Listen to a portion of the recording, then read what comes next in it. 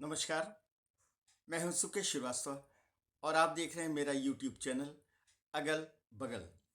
आज का दिन बहुत खास हो गया है पाकिस्तान की राजनीति के लिए।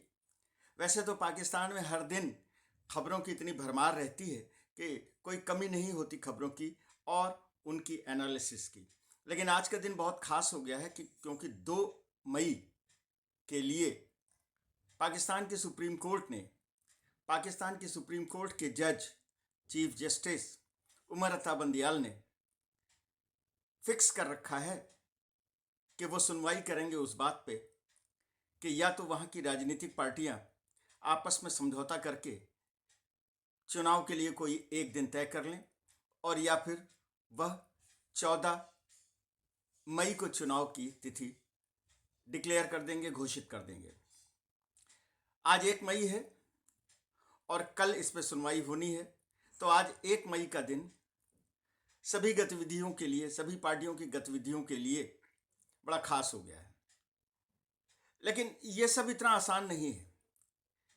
एक चीज तो पक्की है कि 14 मई को पाकिस्तान में इलेक्शन नहीं हो सकता है। क्या 14 दिन के अंदर वो सारी कार्रवाइयां पूरी की जा सकती हैं जो एक चुनाव के लिए अत्यावश्यक होती हैं, जबकि अभी उन्हें पैसा भी नहीं मिला है।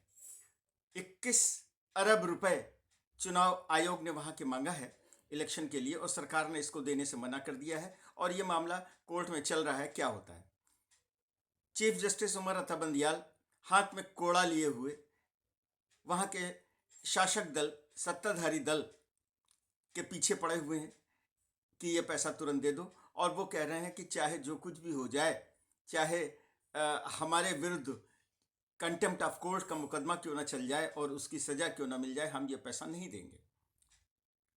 ये बड़ी अजीबोगरीब जूतम पैजार चल रही है और इस जूतम पैजार में कभी लगता है कि सुप्रीम कोर्ट के चीफ जस्टिस का पलड़ा भारी है, तो कभी लगता है पाकिस्तान के वजीर आजम यानी प्रधानमंत्री का पलड़ा भारी है। प्रधानमंत्री के साथ उनकी पूरी पार्लियामेंट है, पूरा उनको सपोर्ट है और साथ ही साथ उनको सपोर्ट है, ऐसा लगता है, फौज का।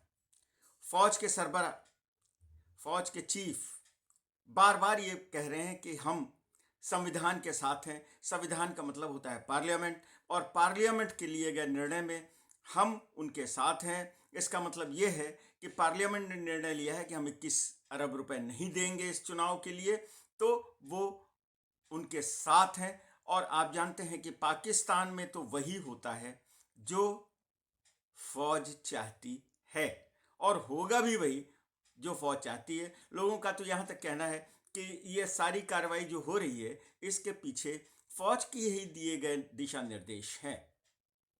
तो ये तो हुई फौज की बात।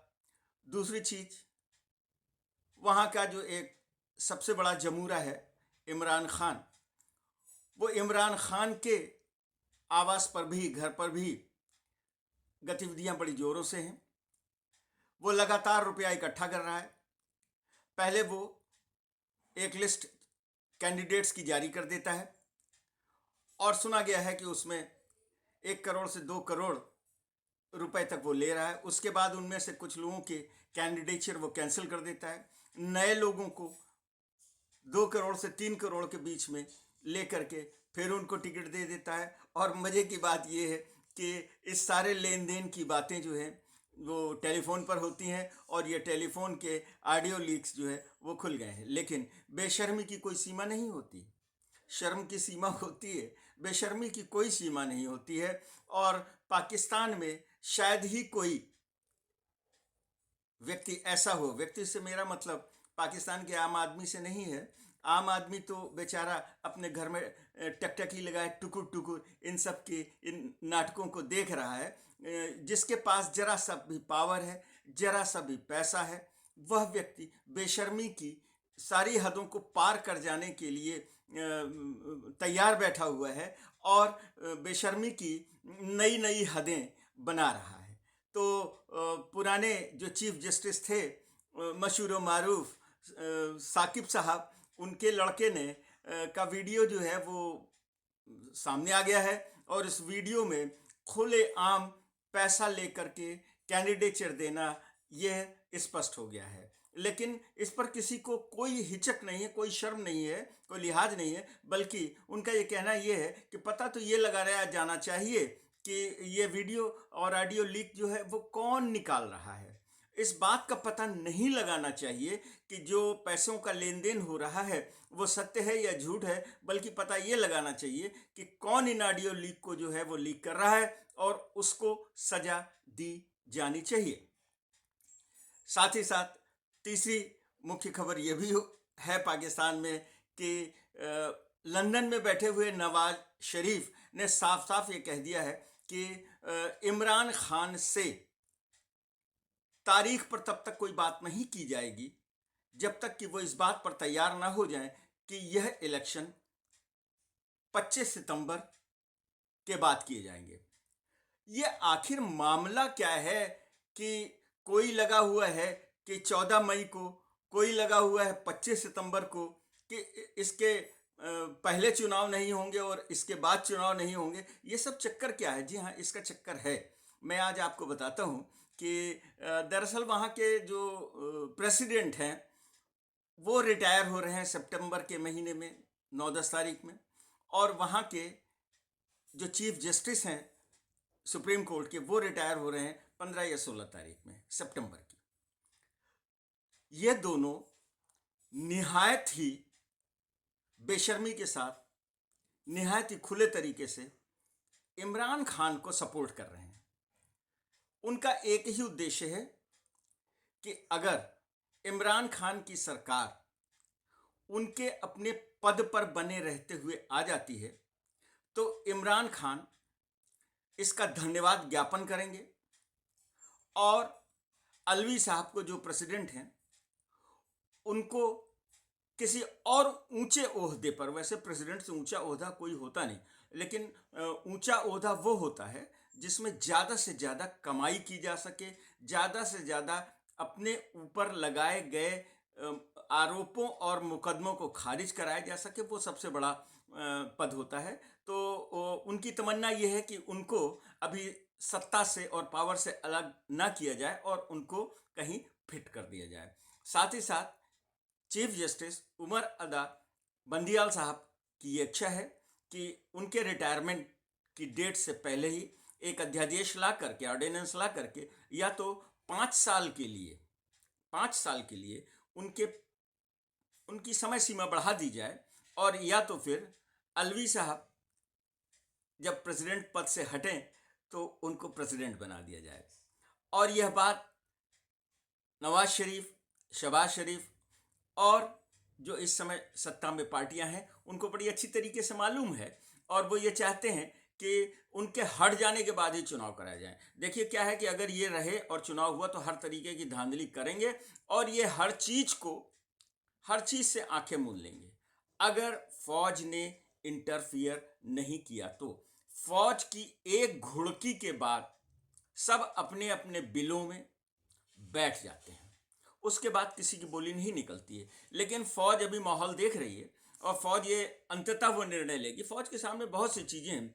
दरअसल इमरान खान सत्ता में आए और प्रधानमंत्री वजीर आजम बने, इसके लिए ना तो सऊदी अरब तैयार है और ना तो यूएई तैयार है, ना अमेरिका तैयार है और ना ही चाइना तैयार है।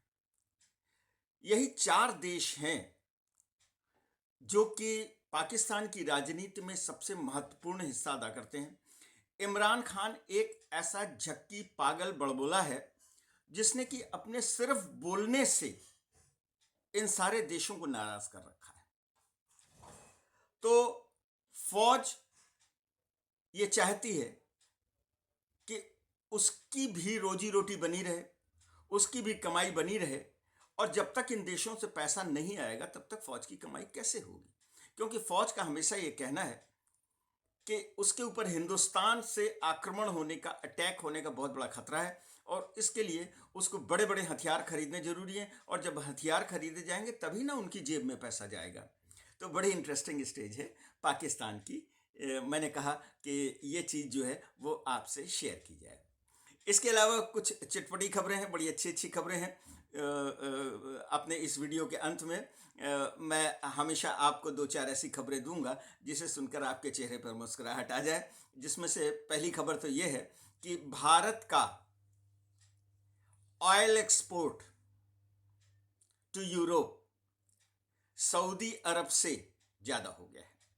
आश्चर्य हो रहा है, हंसी भी आ रही है। भारत में कोई तेल का कुआं नहीं है। भारत में तेल का उत्पादन जो कुछ भी है वो बहुत कम है और भारत को अपनी ज़रूरियात के लिए भी ऑयल इंपोर्ट करना पड़ता है। बहुत बड़ा खर्चा भारत का ये है। लेकिन भारत यूरोप को जितना तेल सप्लाई कर रहा है उसकी मात्रा सऊदी अरब द्वारा यूरोप को सप्लाई किए जाने वाले तेल से ज़्यादा हो गई है। ये हुआ कैसे? ये हुआ ऐसे कि इस यूक्रेन रशिया युद्ध की वजह से रशिया के ऊपर बहुत सी पाबंदियां लग गईं, जिससे कि रशिया तेल का बहुत बड़ा उत्पादक देश है, वह अपना तेल सीधे यूरोपीय कंट्री को नहीं बेच पा रहा है। भारत को बेच पा रहा है, भारत खरीद रहा है। अमेरिका ने बड़ी कोशिश की कि भारत ये तेल ना खरीदे, लेकिन भारत ने स्पष्ट रूप से कह दिया कि हम रूस से तेल खरीदेंगे क्योंकि रूस हमें सस्ता दे रहा है। रूस जो है वो नॉन रिफाइंड तेल हिंदुस्तान को बेचता है और हिंदुस्तान के पास रिफाइनिंग कैपेसिटी बहुत बड़ी है। एक बार ये बात स्पष्ट हो गई तो बहुत बड़ी मात्रा में भारत इस तेल का आयात कर रहा है और इसको रिफाइन कर रहा है और रिफाइन करके इसको यूरोपीय देशों को बेच रहा है। किसी को आपत्ति नहीं है, कोई कानूनन इसमें प्रॉब्लम नहीं है, कोई कानूनन इसमें रुकावट नहीं है। भारत जितना तेल चाहे वो रशिया से खरीद सकता है और रशिया पूरी तरीके से भारत को तेल अनरिफाइंड तेल बेचने को तैयार है। भारत रिफाइन करता है, यूरोप को बेचता है और बहुत मोटा मुनाफा कमाता है। भारत लगभग 250 मिलियन बैरल प्रतिदिन यूरोप को सप्लाई कर रहा है। बहुत अच्छी खबर है। मज़ेदार खबरों की श्रृंखला में मैं आपको दूसरी खबर ये देता हूँ कि गुजरात के भुज जिले में वहाँ के एक अधिकारी, जिलाधिकारी ने जो है, नॉट डीएम, जिला स्तर के अधिकारी ने जो है वो एक मीटिंग कॉल की और उसमें एक अधिकारी को झपकी आ गई। ये बात जो है वो उस जिलाधिकारी को बहुत ही नागवार गुजरी और उसने उस अधिकारी को सस्पेंड कर दिया और आरोप पत्र भी दे दिया कि आप मीटिंग में ध्यान नहीं दे रहे थे और आप सो रहे थे, इसलिए आपको निलंबित किया जाता है। तो खैर निलंबित तो हो गया, लेकिन जब वो घर पहुंचा तो उसकी बीवी ने उसको झाड़ुओं से पीटा